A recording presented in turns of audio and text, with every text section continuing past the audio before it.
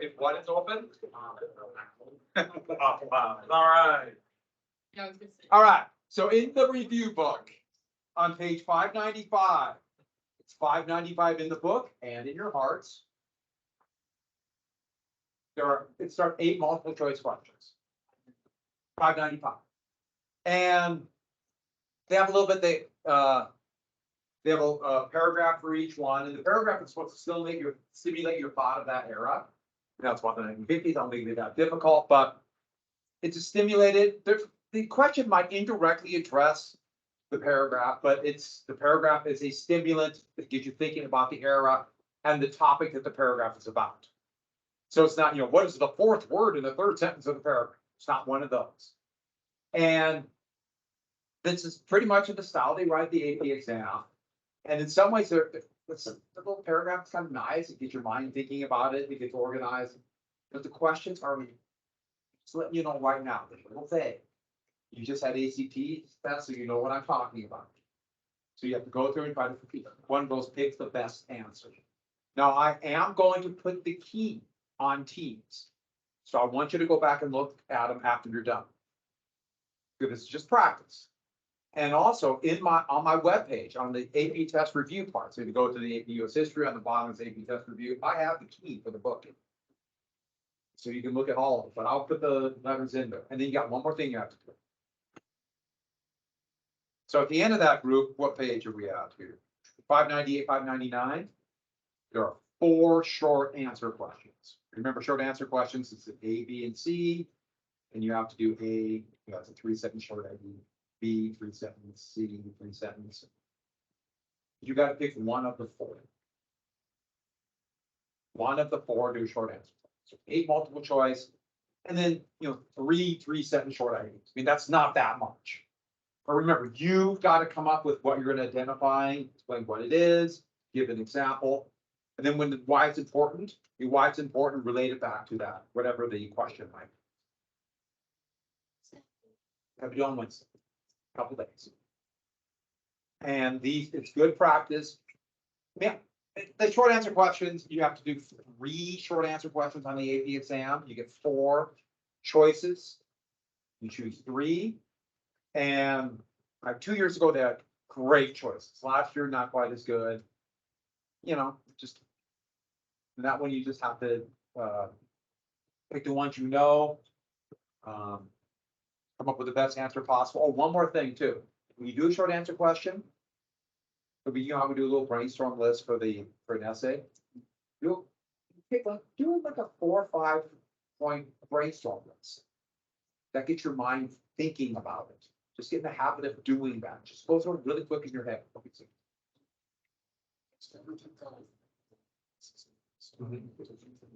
Yeah. Yeah, you can come in. We can. It's big 5. We'll come in. We're looking at that. If us have to do that, I'm just recording to the grid. I'm having tomorrow. People did really well. Yeah, the brainstorm and thesis we did on. Yeah, still got to come in real quick. I'm on, if you don't mind. Yeah. Great history section on the it's a college prep test, and they want to focus on your skills in reading, your skills in going in science, your skills. And they figure humanities is more of a knowledge-based thing, and so they want to touch on specific knowledge. I do think it's weird too. I think it should. It's not a very complete proficiency, but that's the world we inhabit. As I understand, though, you had an essay, and you could have used some history stuff in it. So. I did. You told me a little bit, and we just recorded it. You'd like the prompts for this and this, we're not going to talk about it. And now you just ratted them out to the entire viewing public. I think there's a reward. We're splitting it. All right, so let's go get to work. Did we get to this valley? Yeah. We wrote the thesis statement when you guys left on Friday, right? Yeah. And what were the two big shocks of 49? What was Joe one? What was, who became the new leader of Red China? Mao Zedong. Chiang Kai-shek fled to Formosa. What? It's not a country technically. Taiwan. And it's amazing. Just yeah, less than 3 months afterwards, McCarthy would say, how many communists were there in the State Department? And what was he holding when he said 205 communists? Yeah, gambling racing form.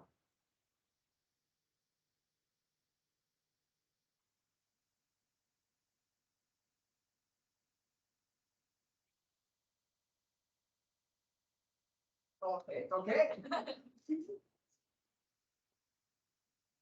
And so let's get to, we got McCarthy. It's no coincidence. All this happened. Oh, shoot. Give me a second. Post it on. So let's get to new heading. Well, it's kind of the same heading. It's all the same similar thing. The 50s. And yes, the first McDonald's was in the 1950s. Does anybody know what city the first McDonald's was in? Yes.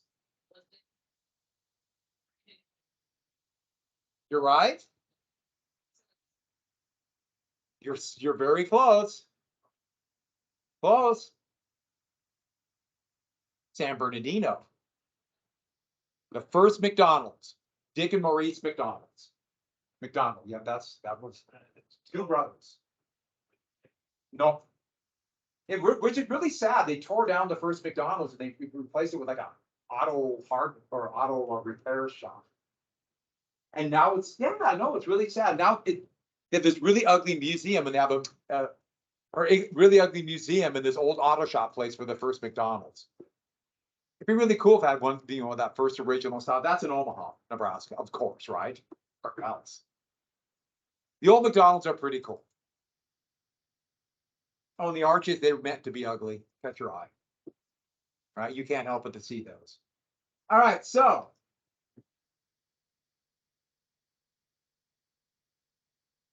$0.15 burgers.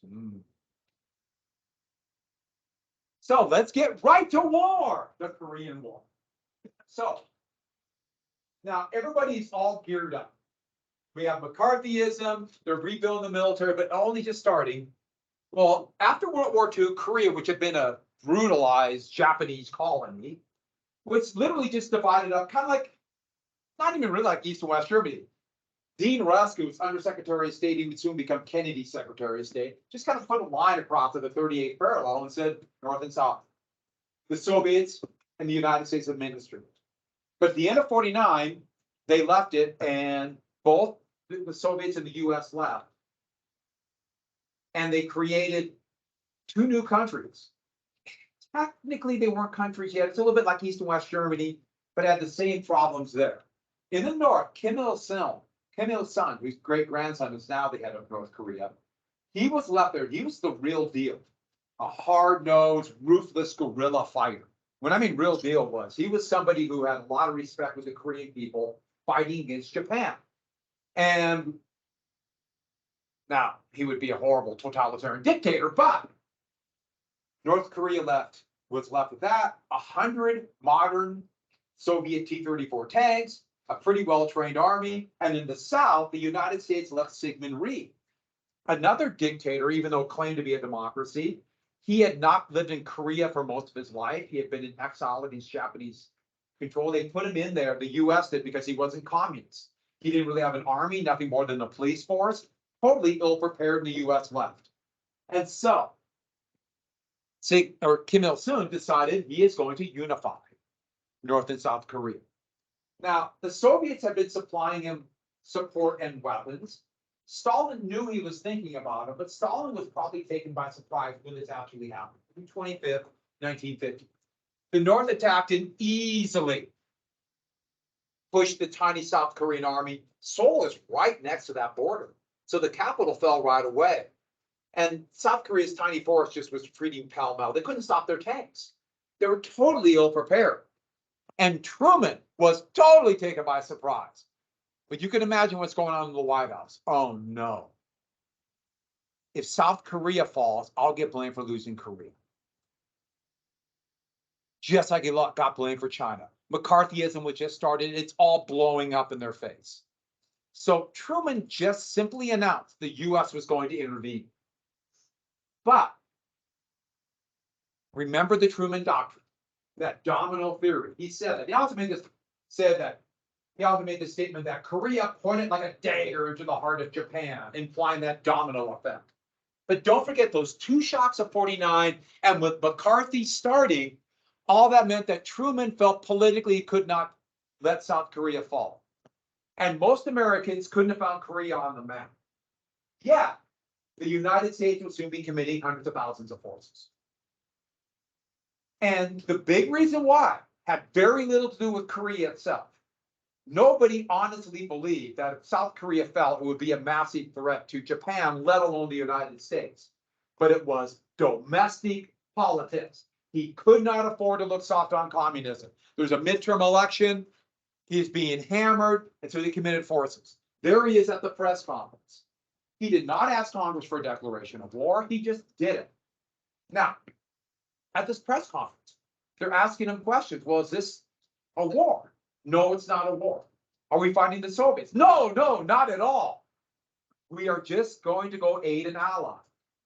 So it's a war. No, it's not. They went through this whole charade, and finally an exasperated reporter said, is it a police action? Whatever that means. And Truman said, yes. And so the dark joke for the rest of the war was this was a police action, like we're going to arrest the North Koreans.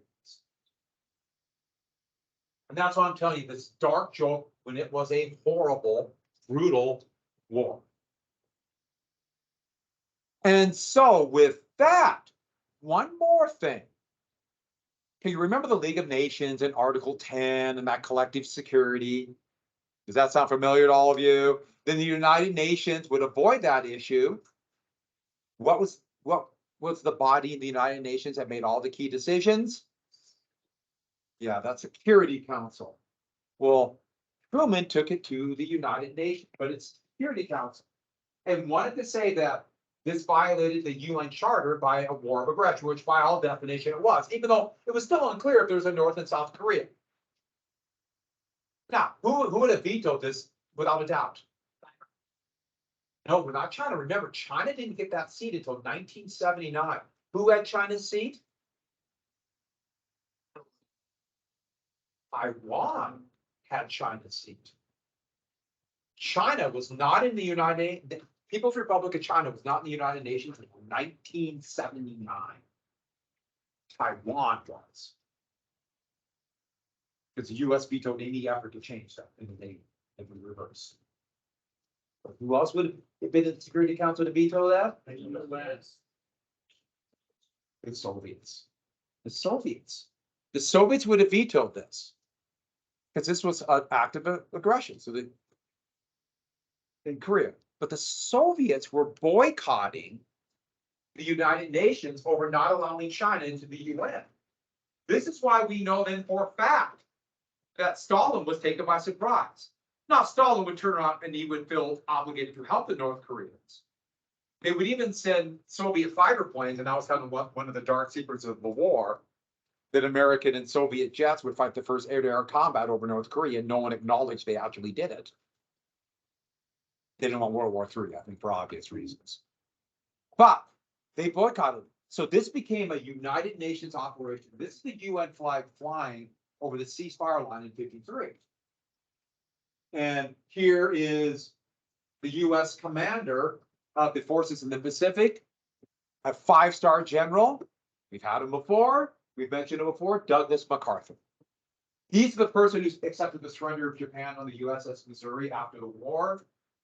One of the most highly decorated US officers with an impeccable reputation, somewhat undeserving, but he had some brilliant ideas of leapfrogging and island hopping in the Pacific, and MacArthur was taking command. He commanded the troops in Japan were kind of fat and happy on occupation duty, pretty cushy duty in occupation duty in Japan. And they sent those troops, because they're the only American forces there, to Korea. Totally ill-equipped. All they had were their personal rifles, no anti-tank weapons at all. And the first American troops arrived right here south, or right near Daejeon. The first American troops, and that's an American wounded soldier. It was a rout, an absolute rout. American troops were literally run over by their tanks. A total humiliating defeat. We didn't send many troops. I don't know what they were thinking. I think just they thought, well, it's a few American troops and the North Koreans would run away. But their Soviet-made tanks had nothing to stop them. The only thing that saved South Korea is that they literally just ran away along now with the US forces that were there, just a few thousand, to this area right here around the harbor city of Pusan. North Korean supply lines were overextended and they broke. North Korea supply, they ran out. Their tanks began to break down. They just didn't have enough to push through. It was so close. If they could have had a little better supply lines, a little better prepared, they probably would have taken South Korea. Who knows what would have happened. So they held out. And now North Korea can't push them out. And the United States is gaining reinforcements. And so the US called out all the reserves, some National Guardsmen, every Marine and every sailor from World War II, they called back in the service. Remember I told you they have you for 8 years once you sign that paper, drafted or volunteer. For 8 years. So it's 1950. So if you have 42, they still had you. In fact, my wife's grandfather in Phillipsburg was in the Navy in 44 or 45, and they called him back, and next thing you know, he's on an aircraft carrier with that son. In fact, he went all the way across, and then they sent him back because they just had their third child. And so they decided not to send him back. So he was only in for 3 months. All these guys were coming back. Probably the most famous, I don't know if you've ever heard of Ted Williams. He was one of the greatest baseball players in that era, one of the best, maybe the best hitter ever. And he had been a Marine fighter pilot in World War II. He played for the Red Sox, went to war. He's back in the middle of the season in 1950, and they called him literally out of uniform, baseball uniform, and put him back in a Marine uniform, and he would soon be flying over Korea. That's probably the most famous. But other ones did too. Yeah. He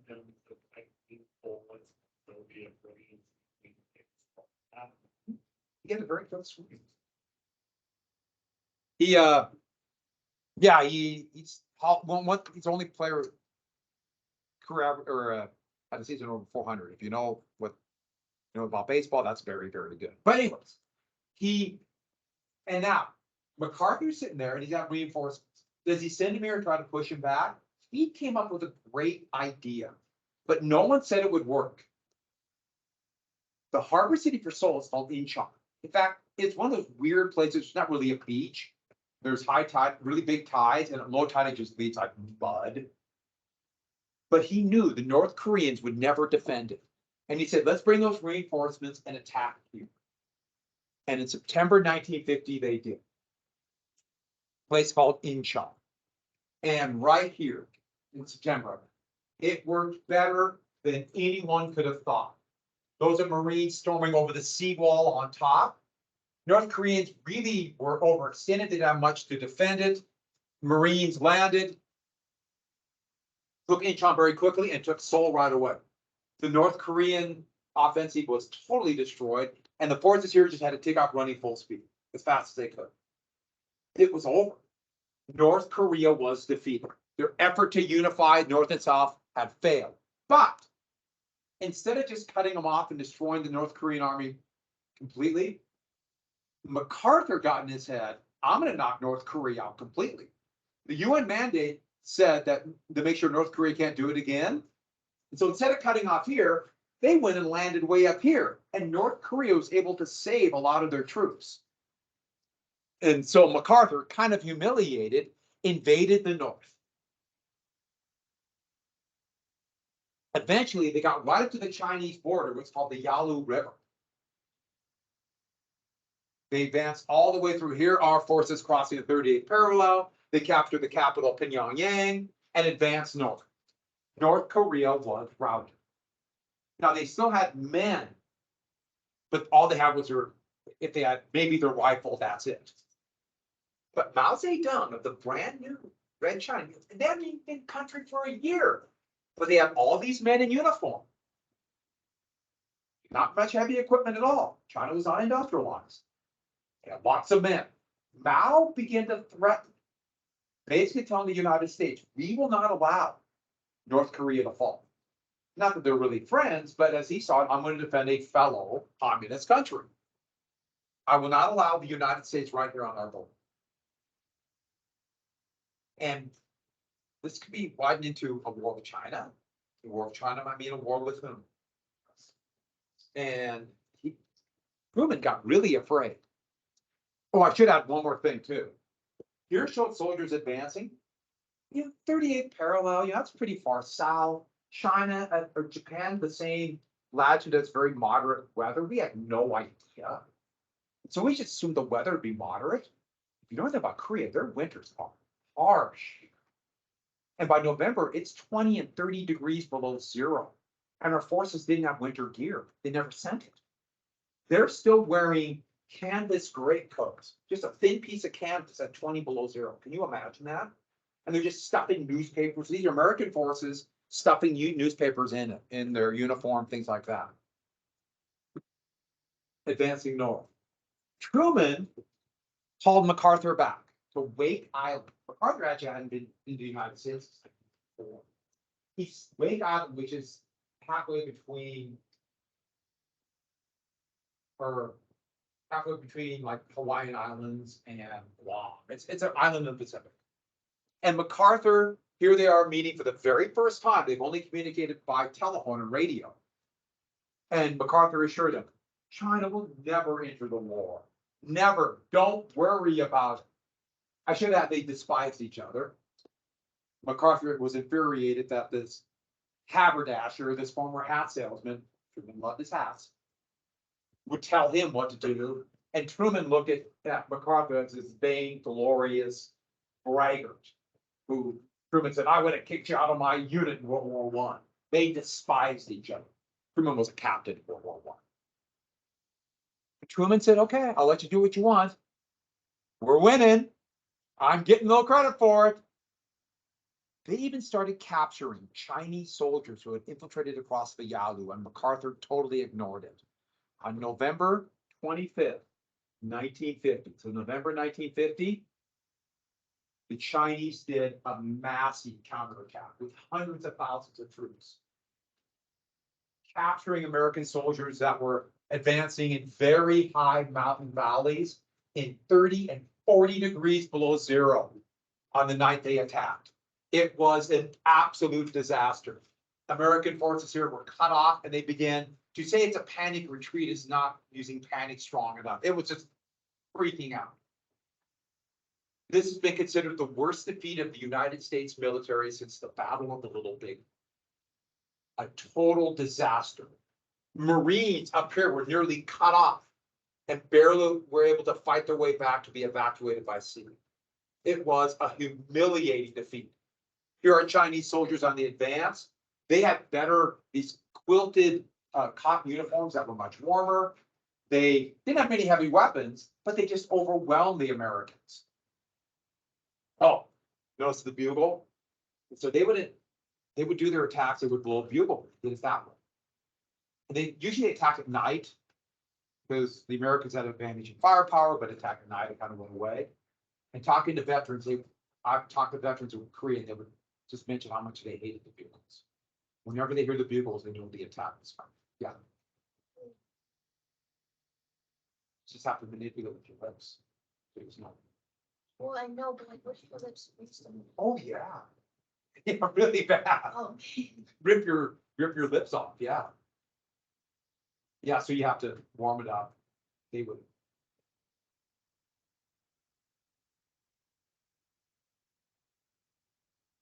Got to keep it warm.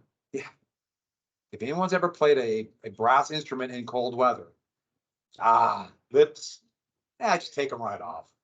All right, so this map doesn't show as well as I thought. So let's go to this map. And so pretty soon the Chinese have retaken Pyongyang and they advanced all the way south. This was such a humiliating feat. Now their supply line got way overextended and they didn't have the heavy equipment, but I like the New York Times body blow with the brass knuckles. Totally humiliating MacArthur. And MacArthur, after his greatest victory ever at Incheon, would turn around in embarrassed and say, we got to widen the war. And he talked about using atomic bombs to stop China. He talked about laying a carpet of radioactive waste north of the Yalu River to stop the Chinese from attacking. And if they continue to attack, we'll lob a few atomic bombs on he would have said Peking at that time, but Beijing. And if the Soviets do anything, what will we do? Bomb Moscow. So he's talking World War III. He's humiliated and he's trying to blame other people. Truman, what instincts were right, but he didn't go with them, so he really screwed up there. Here are Marines on the retreat. Those are the US Army soldiers on the retreat. But a disaster. Truman ordered MacArthur to shut up going into 51. And MacArthur not only refused to begin to openly criticize President Truman to the media, which is a major violation. That's of the United States Army, in fact, the Officers' Code of Conduct. He is violating every order. And finally, after months of this, in 1951, MacArthur was fired. And public opinion, especially at first, turned against Truman like you cannot believe it. Here is the first time he'd been back in the US since 34. Here's MacArthur. Remember I told you about those ticker tape parades? One of the biggest in history. Here are protesting MacArthur when Truman made the trip to New York City in 1951, protesting about MacArthur. And so with that, MacArthur is going to become a hero of the growing, rabidly anti-communist right wing of the United States. And conservatives who hated the New Deal saw what a way to attack the New Deal. Anti-communism. In fact, people started talking about him as president. Here's a cartoon, the little man in the White House, and there's Truman as a little man. I'm running this war like a little kid, and the glorious MacArthur. And here's the fire of MacArthur and Truman and Secretary of State, Dean Acheson, the Pentagon, getting like a hot foot. You'll be burnt on the Bunsen burner. So with that, it really didn't look like this, but MacArthur was scary. MacArthur's talking World War III. And his popularity actually faded really fast after this. But still, Truman's going to be blamed for what's happened in the war. And soon it would evolve into still. Other UN countries sent a few forces. The Americans sent reinforcements, drafted a bunch of South Koreans. They eventually pushed the Chinese and the remnants of the North Korean army back to this line right here. And for the most part, for the next 2 years, it's going to be fought on that line. A bitter, horrible, here's trench warfare. These are US forces. That's a Chinese soldier with a Soviet submachine gun. Yeah.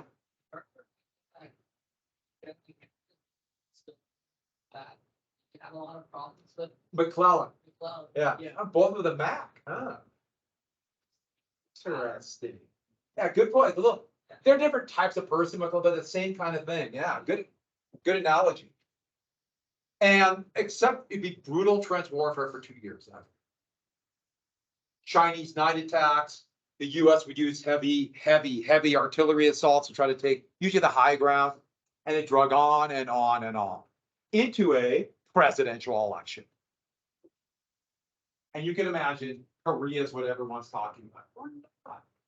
It was a surreal thing when the United States began this unprecedented prosperity. American soldiers were dying every day. That happened in your life too. Not quite the unprecedented prosperity.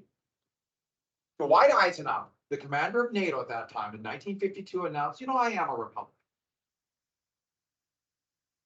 But as a sop to conservative Republicans, they made him pick a very young and upcoming politician known for dirty tricks. His name was Richard Nixon. Eisenhower and Nixon. And Adlai Stevenson was the Democratic nominee. A moderate, he was seen as kind of a liberal governor of New Orleans. Did I say New Orleans? Illinois. That's a long way from governor of Illinois. In fact, Truman begged him to take it. Adlai Stevenson did not run against Eisenhower because Eisenhower was so popular in the US. But then he got the nomination anyways. And before I talk about Nixon, I just listen this funny. The campaign out there giving cigarettes for Adlai Stevenson. Everybody smoked. And they would mark, this is the first television ads and you constant commercials about cigarettes. It was especially marketed to women, especially if they're pregnant, because it would ease your morning sickness. We know. It's kind of amazing. Did they know it was bad for you? Oh, yeah. Did they care? There's money to be made, so just don't keep. Back to Nixon. Nixon was known for dirty tricks and would do or say anything. He got his name on HUAC, the House Un-American Activities Committee. And this young, incredibly ambitious, incredibly smart man, incredibly smart, also awkward and didn't like people, which is kind of weird to be a politician. You have to kind of mesh yourself with people. In 1950, he ran for Senate in California.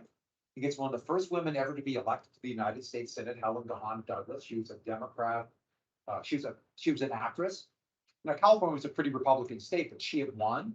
Then it was Republican. It's different now. But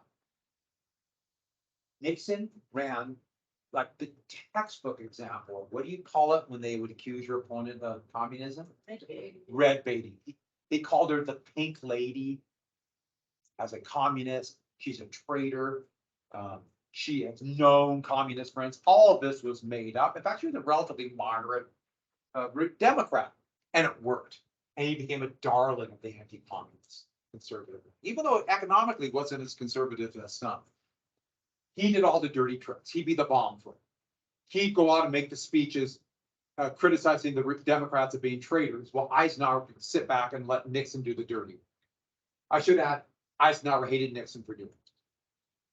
Wanted him to do it, and then say, what a disgusting person who would do that kind of stuff. Now do more of it. Nixon's daughter would marry Eisenhower's son. Kind of weird, isn't it? And then Nixon would help Eisenhower's son to get out of the draft and not go to Vietnam. All kinds of stuff flying around. But what they really pushed, what the Dems are soft on.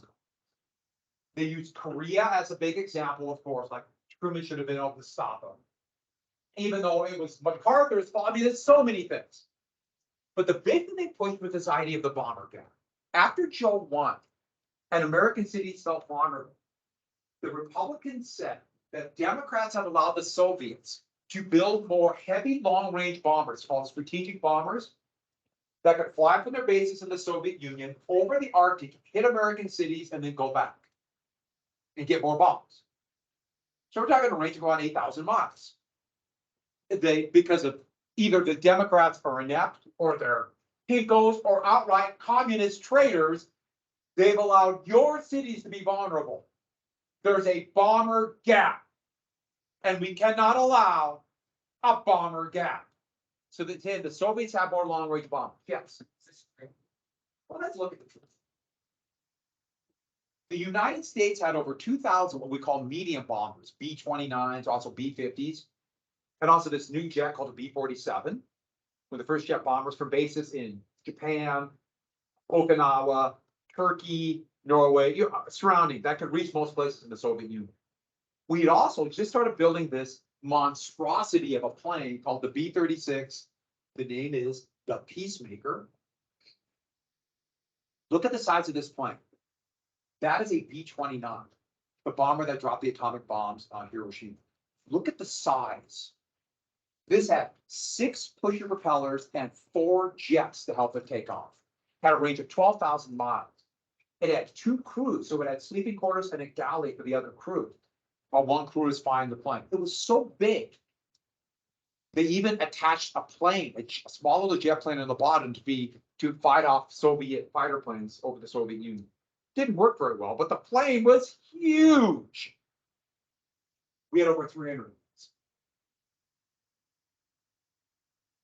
Anybody want to guess how many bombers the Soviets had that could hit the United States and fly back?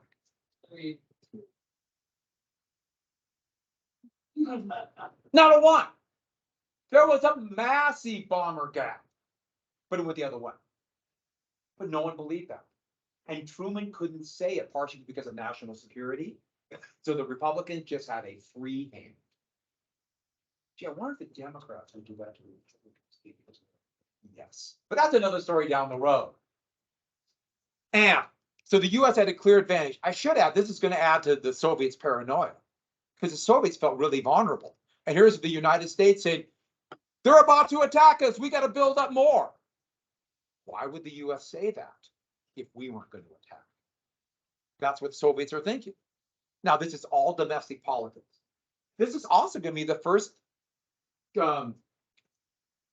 campaign where large-scale use of advertising. Eisenhower got very quick little short ads repeating something simple. They were called Eisenhower Answers America. And it was all to portray an image.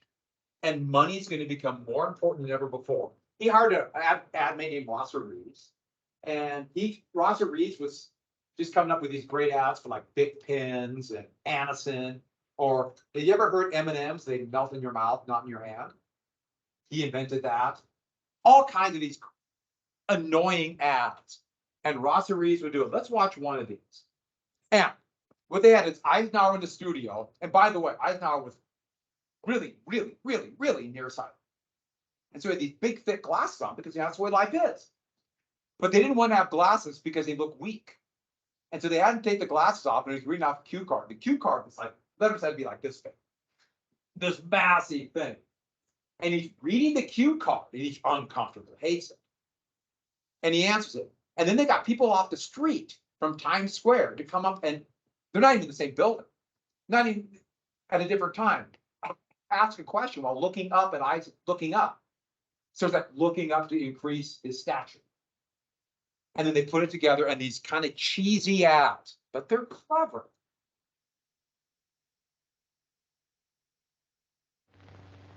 Eisenhower Answers America. They say we've never had it so good. Yet I've had to stop buying eggs. They're so expensive. No wonder.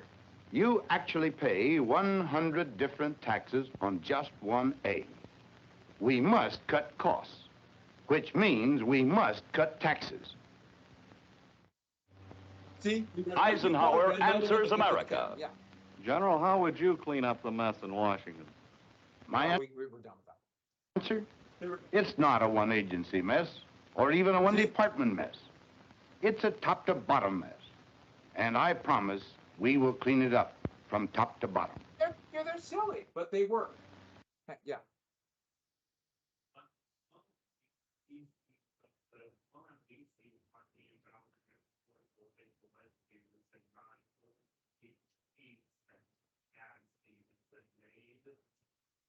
Stevenson, his ads were horrible. He looked at the camera, tried to talk, and looked like he was stunned and ill. So let's get to the most famous ads. Now, a good ad you want to remember. And what do you remember? Annoying things or wonderful songs. Ike for president, Ike for president, Ike for president, Ike for president. You like Ike, I like Ike, everybody likes Ike for president. Hang out the banner, beat the drum, we'll take Ike to Washington. We don't want John or Dean or Harry, let's do that big job right. Let's get in step with the guy that's hep, get in step with Ike. You like Ike, I like Ike, everybody likes Ike for president. Hang out the banner, beat the drum, we'll take Ike to Washington. We got to get where we are going, travel day and night for president. Let Adelaide go the other way, we'll all go with Ike. You like Ike, I like Ike, everybody likes Ike for president. Hang out the banner, beat the drum, we'll take Ike to Washington. Ike would win in a huge landslide. Now, Stevenson and the Democrats went away from civil rights, and the Solid South kind of came back, but it was changing. Yes, I see. Short rise. Just Ike. Yeah. I don't know. He's been called that since his dad was the same thing, so, hey, he's from Kansas, I don't know. Ike. Now, the Democrats still did very well. Republicans did a little better, but still, this was a big victory for Ike, but the Democrats still the party in power. And even though Ike made vague promises about going to Korea, by the fall of 53, they finally signed an armistice. Almost 40,000 American soldiers were died, 600,000 Chinese. For the Koreans, it's a catastrophe. You have 2 million Korean soldiers, North and South Korean. Over 1 million South Korean and 600,000 civilians would be killed. This was a bloodbath, an absolute bloodbath. And there's never been a peace treaty. And so the border of Korea is at ceasefire. Right here. The US still has 28,000 troops in an air wing there. Technically, we're still at war. There's never been a peace treaty. Just a ceasefire. So every once in a while, North Korea will do something when they feel ignored. But the US had a major land war with China. And we're going to spend the next 20 years trying to avoid it. Yeah. Especially if it comes up in the little civil war in South Vietnam. That's another story. So speaking of that, last words for today. Dynamic conservatism. So remember Truman had the fair deal, FDR the New Deal, a return to normalcy for Harding, the new freedom for Wilson, new nationalism and the square deal for FDR, dynamic conservatism. And I don't know what that means either. It's a little like saying the tall, short person, but it basically accepted the New Deal. He's not going to really expand it too much, but he accepted it. Conservative Republicans were furious.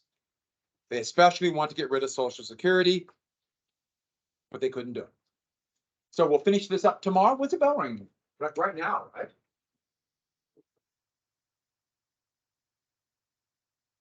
Oh no, this is right. Yeah. Never get.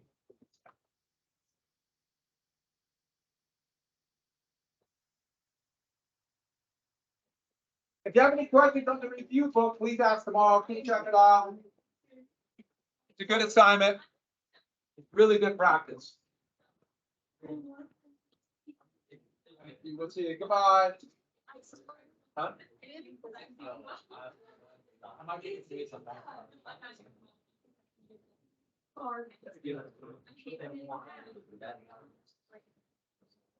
Something like that.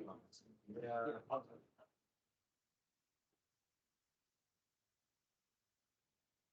Cool. Aiden's not here, so I'm not as slow. Hmm? Aiden's not here, so I'm not as slow. So you're blaming Aiden for Yeah, this? I'm always waiting for her. Where's Aiden? Please not just cool. Get him off.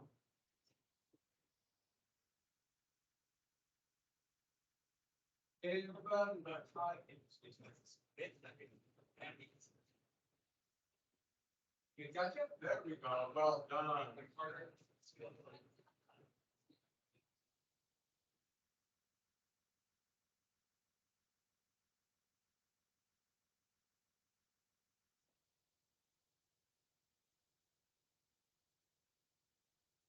Everybody likes hype for president.